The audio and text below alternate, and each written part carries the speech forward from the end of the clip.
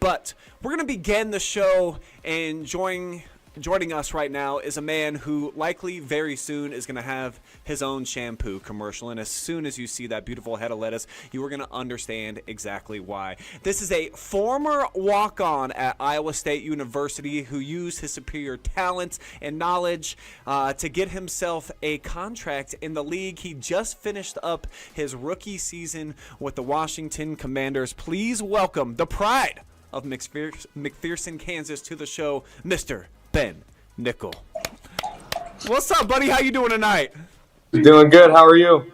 I'm doing great, man. You're looking good. The stash is coming in, and then the head, we already know what you got going on there, but you told me you're fresh off of a rookie mill, right? So you're out and with the entire gang of rookies. Well, what was the vibe like? Because obviously an awesome season for you guys out there in D.C. this year. Yeah. Obviously it didn't end the way that we wanted it to, yesterday in Philly, but, vibes were still good. It was a great rookie class, kind of going in there and trying to change the culture that they had been in and, trying to shift the tide and, bring the city together a little bit. And, having Jaden Daniels on your team definitely helps out. Yeah, no doubt. Hopefully he was flipping the bill right. Number 2 draft pick money, baby. He better be paying for some of that. Exactly. Well, we're looking at some pictures right now of you from your Iowa State playing days. So before we even get into your rookie season, let's kind of talk about your journey to the NFL, because I think it's a pretty amazing story that people are going to want to hear. A former walk-on at Iowa State, you show out at the Big 12 Combine after spending a handful of years there. So you go from basically not being on an NFL radar to landing a contract with the Commanders. So just describe to me kind of what it was like to fulfill a childhood dream, and when you were told that you was going to be an NFL player, how did that all work out for you? How'd you put yourself in a position to make it in the league? Yeah.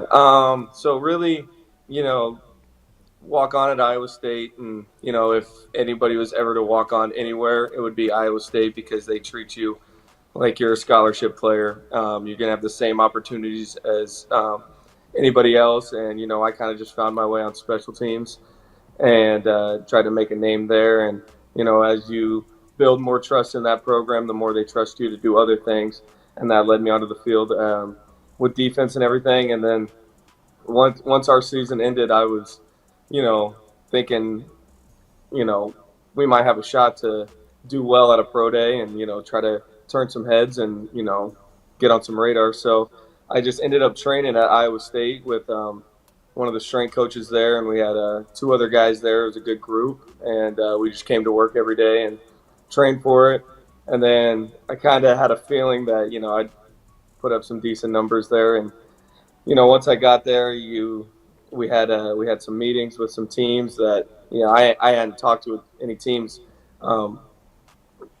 prior to that. So doing that was like my first time, and it was a little nerve wracking at first, but once you just talking ball with some of the guys and go through all the drills and everything, and then after that it was a lot more meetings, because I guess the day we got there, we had meetings, and I only met with 2 teams. I think it was like the Vikings and the Bills.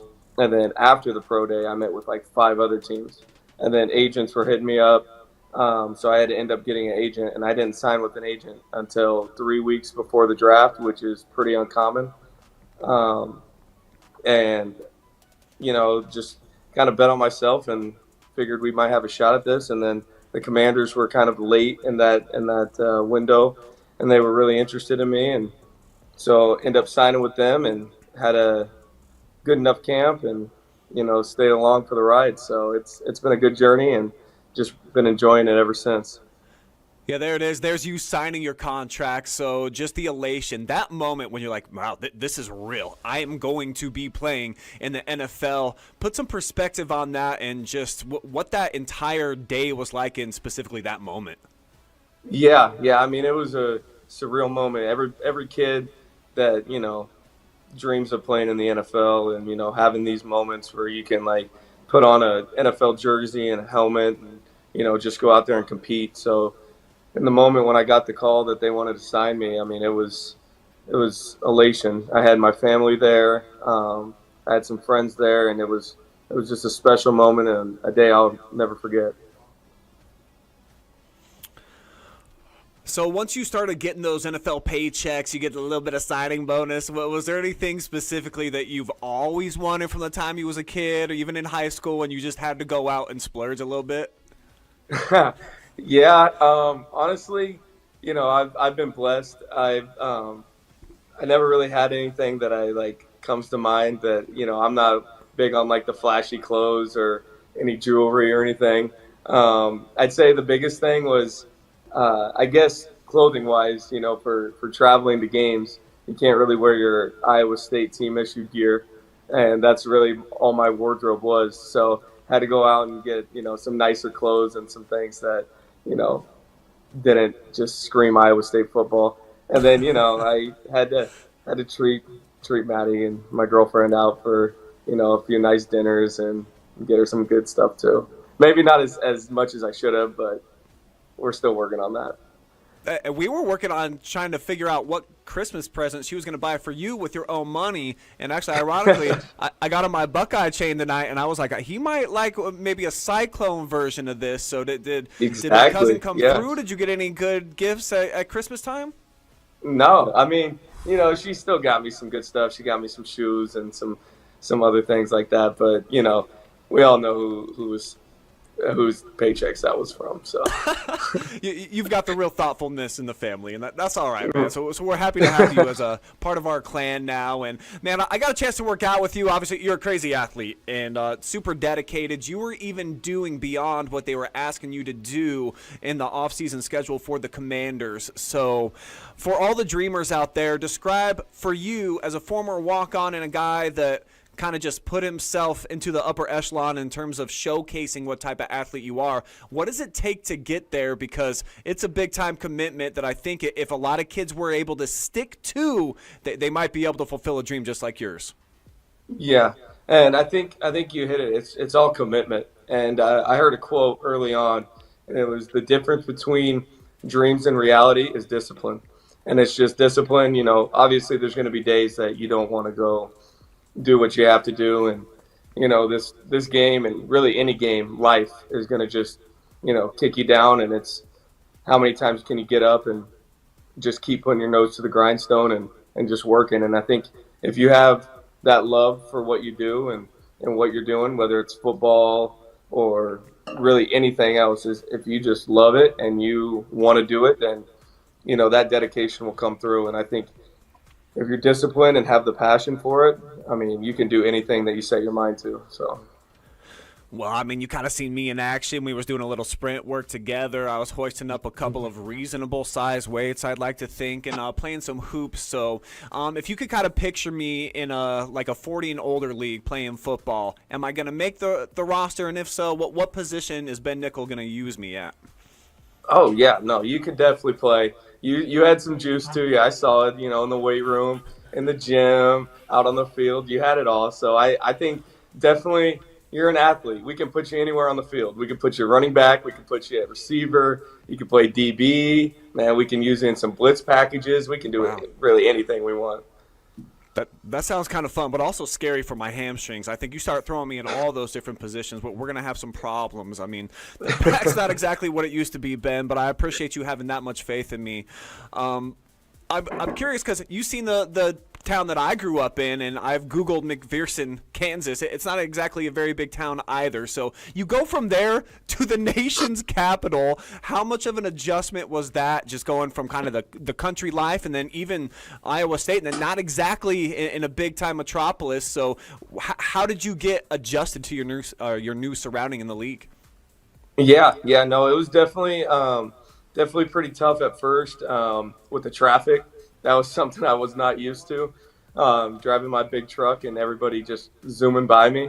But the team out here in Ashburn's a great place. We're still about 45 minutes from DC, so it's a lot more kind of calmer, my speed a little bit. You get down to DC though, it gets pretty hectic. So it's been an adjustment, but it's been a lot of fun. We go down.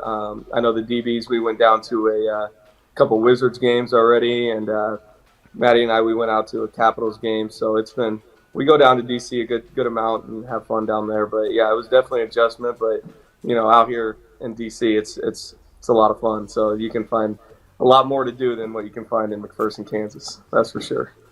Yeah.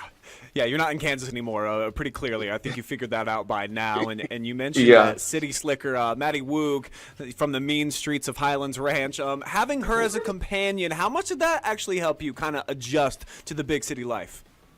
Oh, a lot. I mean, she knows how to do it. She knows how to drive in this, and watching Scott Woog go through the streets of Denver, man, you can make it through anything watching him do that. So she's definitely helped me a lot, both out here and just being that support system that I need.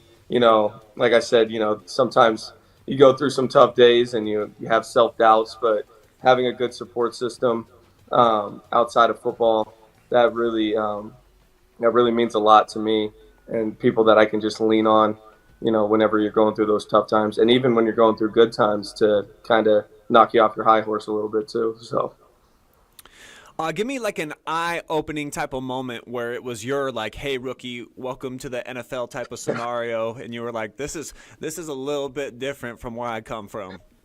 So it actually happened on my very first play in the preseason.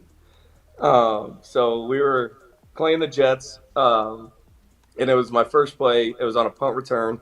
I go out, and we're supposed to just vice the gunner, so we're just putting two guys on the gunner. And I'm the inside piece, and if he takes the outside release, I'm just supposed to like flow over the top and just shut it off, right at the sideline. And so he takes the outside release, trying to go shut it off. He catches me in a crossover run and then just accelerates right through my chin strap and just blows me up. I'm like, all right, that's it's a different ball game we're playing out here. So after that, though, we got adjusted pretty quick, and so I'm glad that I got it out of the way on the first play. So now I'll be ready for it next time. Yeah, lesson learned right there. And you could tell Jaden Daniels, he picked up on stuff like right away. A little bit of a slow start, then all of a sudden he just burst onto the scene. Having a dude like that in your clubhouse on a day-to-day, obviously on the field he's a super special athlete. He's a number 2 pick for a reason, Heisman winner, all that type of stuff. But when you have a guy with that much what appears to be confidence and swag about him, how does that kind of trickle down affect not just like you rookies, but even the veterans, like just collectively as a whole with that team? Yeah, I think just like his quiet confidence and the way he goes about his work, it just builds confidence in everybody. And as you could tell, like later in the season, like the more that he got put on his plate, the better he handled it and the more he excelled. And I think that confidence and belief just went through the whole organization. And it just made us feel like, hey, we can beat it. Like our motto was anybody, anywhere, anytime. And we really felt that. And having a guy like him who, even though he was young, held himself to a standard and worked the way he did. I mean, he was getting into the building at 5 a.m. every day, wow. Going to work. And I think just that kind of belief and confidence that he has helped us believe in him, and then believe in each other even more, and having the confidence that we can go win any game that we get on the field with. So I think he's a special player, and I'm just glad I'm on his team. Yeah, no question, man. 14 wins. That was really cool to see you guys just kind of, like I said, he burst on the scene, and then you guys just kept taking steps throughout the course of the year. And for you, you get injured in the preseason, you come back, you get signed, and then you're on the practice squad. So for anybody that's kind of like a casual NFL fan and doesn't necessarily understand what that means, to not be a part of the 53-man roster, but also helping the team, what was your weekly role, and where do you feel like you brought like the biggest and best value as a practice squad player? Yeah, so really practice squad, we're just giving the looks to the guys. So really I went against Jane Daniels more than anybody else, going against him, and really just doing whatever we can. We'd have scout team meetings where we study the opponent's defense and try to emulate the best look as possible. I think for me, one of the funnest things on practice squad is doing the punt rushes against our punt team. because you anytime you get to rush the punt 10 times, it's a fun time.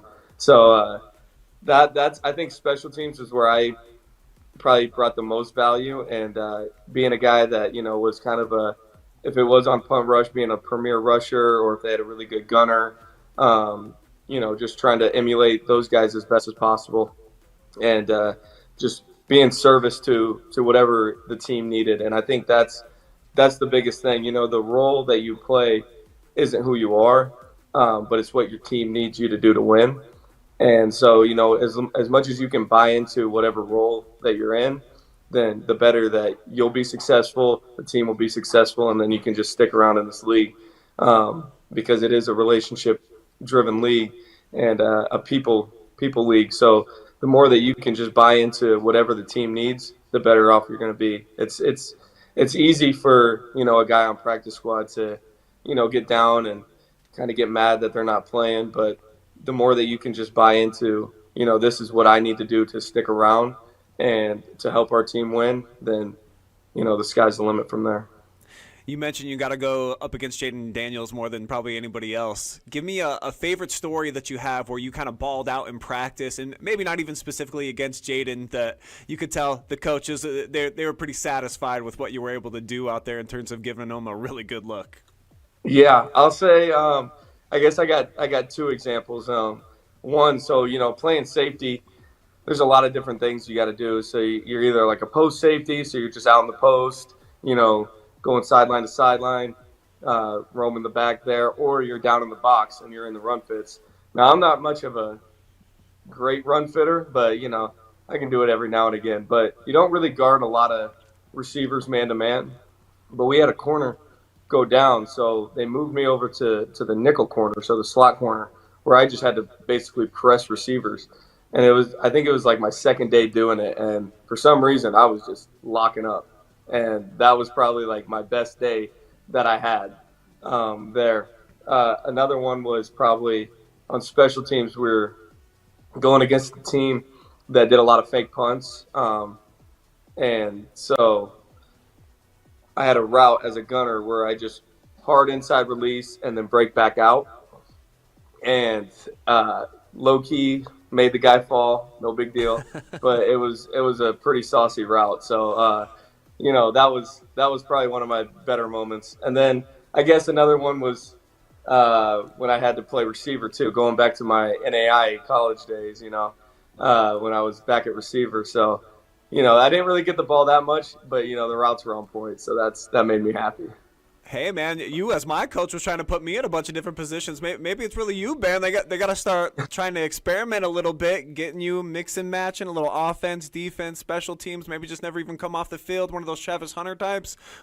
Hey, man, the more you can do, right? Always. The more value you can bring, of course. But season's over right now. Obviously, your last game yesterday. So describe what that's like now in the NFL. So you go in, you guys clean out your locker? Do you have time like away from the team where you're not even allowed into the building? Or what do the next couple months even look like for you? Yeah, so today was kind of a sad day. You walk in and they had the boxes ready, and so everybody's cleaning out their lockers. You had the checklist. They had to go check out with the training room and the equipment room, and just get all your ducks in a row. We had a team meeting, and then you meet with your position coaches individually and kind of talk about your off-season plan.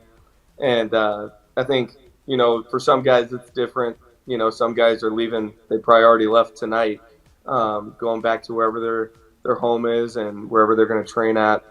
For me, though, being a rookie, and I'm just like, they have the facility open for you to train at, so I'll just be staying around here local and training with those guys, and doing that till about late April when we get back going again. But some of those guys probably won't see for another 3 months until we get back rolling again. So it's kind of a sad day. Everybody obviously disappointed in the loss yesterday and how that went. But, it's one of those things, it's the NFL. It's hard to win. So, we just had to pack it up and move on and get ready to go again. So. Yeah, little bittersweet anytime anything that special kind of comes to a close. And I know that you already know, like, the entire side of our family now, we're Commanders fans, even though, I'm kind of a Browns fan still a little bit, but we're pulling for you guys out there. So it was tough for me to watch how it unraveled there in that second half. And I was really disappointed when it looked like the offense was driving down to take the lead, and then Eckler goes down, gets it punched out. I thought maybe that they should replay that or something. It might have been just my new Commanders bias kicking in. I don't know, but it felt like it was just kind of an avalanche that you guys couldn't get out from under. But hey, that's life, that's sports, that's football, game of inches, and all that type of stuff, man. But right. Really hope that you enjoy the off season, and I know that you're going to stay working hard. You're going to continue to work out. Any chance that we get you back in Craig this summer, hanging out over at Grandma's house, doing some skip-o, and then I can take you up to the House of Pain at Moffat County High School if you want to get in some more work around the track. Yeah, I'm sure we can make something like that happen. My schedule's pretty free right now, so anytime you want to get this work, just let me know. My guy. All right, Ben. Hey, thanks so much for the time, brother. Hopefully we can cross paths again this summer, and we'll stay in touch, baby. Let me know what you're doing for some of your workouts, and I'll try to get on your level. Who knows? Maybe a late game run for me might not be out of the cards. Absolutely. I appreciate it. Thank you for the time. All right, Ben Nikkel, everybody. My future cousin. Really cool to hear his story, and I hope that a lot of our younger viewers out there and the high school kids, that they really get something out of that, because when I first got to meet Ben and then just kind of heard about, a walk-on and a kid that was super dedicated, and obviously he's got the cerebral talent to make it happen. He was maybe even considering going into coaching or doing some recruiting type of stuff until they saw him at the Big 12 Combine, and I mean, just the guy, I seen him in the basketball gym. He can do like 360 dunks. He was putting on like 225 pounds and doing these big jumps and stuff. So just NFL athletes are built a little bit different, and I'm glad that I got one in my family now. So looking forward to seeing how things develop out there for Ben and the boys. But what a bright future they have, a super young team, and just disappointing to see it all kind of come to a close. But Philly's the real deal. It's been the #1 defense all year, and they kind of proved it yesterday.